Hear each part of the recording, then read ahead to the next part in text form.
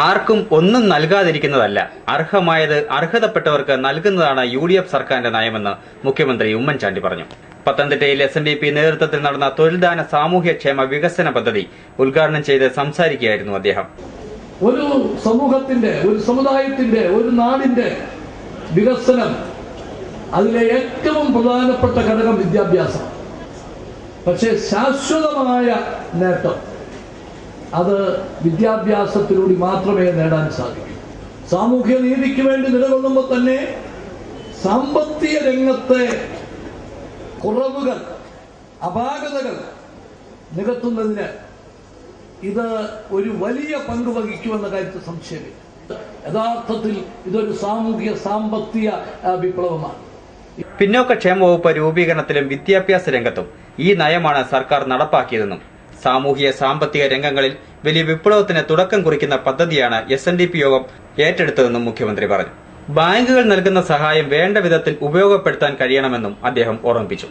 SNDP യോഗം general secretary Vellappally Natesan ചടങ്ങിൽ അധ്യക്ഷത വഹിച്ചു. കരുണാകരൻ സാറിന് ശേഷമുണ്ടായ കേരളത്തിലെ ഒരു ലീഡർ എന്ന നിലയിൽ ശ്രീ ഉമ്മൻചാണ്ടിയെ പറഞ്ഞാൽ അത് അധികപ്പറ്റായിരിക്കും. പിന്നോക്കക്ഷേമ വകുപ്പ് ഒരു ക്ലാർക്കിനെ വെച്ച് 60 കൊല്ലമായി നമ്മളിനെ നശിപ്പിച്ചുകൊണ്ടിരിക്കുകയാണ്. ഈ രാജ്യത്തെ 82 സമുദായങ്ങൾക്ക് പ്രയോജനം കിട്ടുന്ന കോടിക്കണക്കിന് രൂപ സെൻട്രലിൽ നിന്ന് കിട്ടേണ്ട അവകാശങ്ങൾ തരാതെ മാറി മാറി വരുന്ന ഗവൺമെന്റുകൾ കൊല്ലങ്ങളായി വഞ്ചിക്കപ്പെട്ട, ചതിക്കപ്പെട്ട സമുദായമാണ്. പിന്നോക്കക്ഷേമ വകുപ്പിൽ നിന്ന് പാവപ്പെട്ട കുട്ടികൾക്ക് കൊടുക്കുവാനുള്ള 25 കോടി രൂപ കൊടുക്കുവാൻ തീരുമാനിച്ചിരിക്കുന്നു.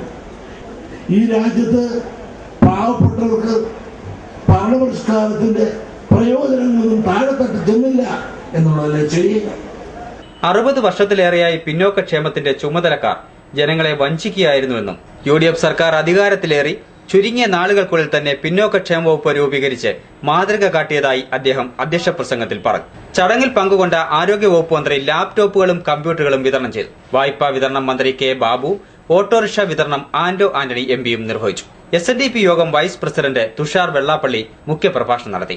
Advocate K. Sivadasan Nair MLA, Raju Abraham MLA, ജില്ലാ പഞ്ചായത്ത് പ്രസിഡന്റ് ബാബു ജോർജ്, നഗരസഭാ chairman Suresh Kumar, DCC president P. Mohanraj, SNDP union chairman K. Padmakumar, Mavelikara union president V. Subhash, Susheela Sasi തുടങ്ങി നിരവധി പ്രമുഖർ പ്രസംഗിച്ചു.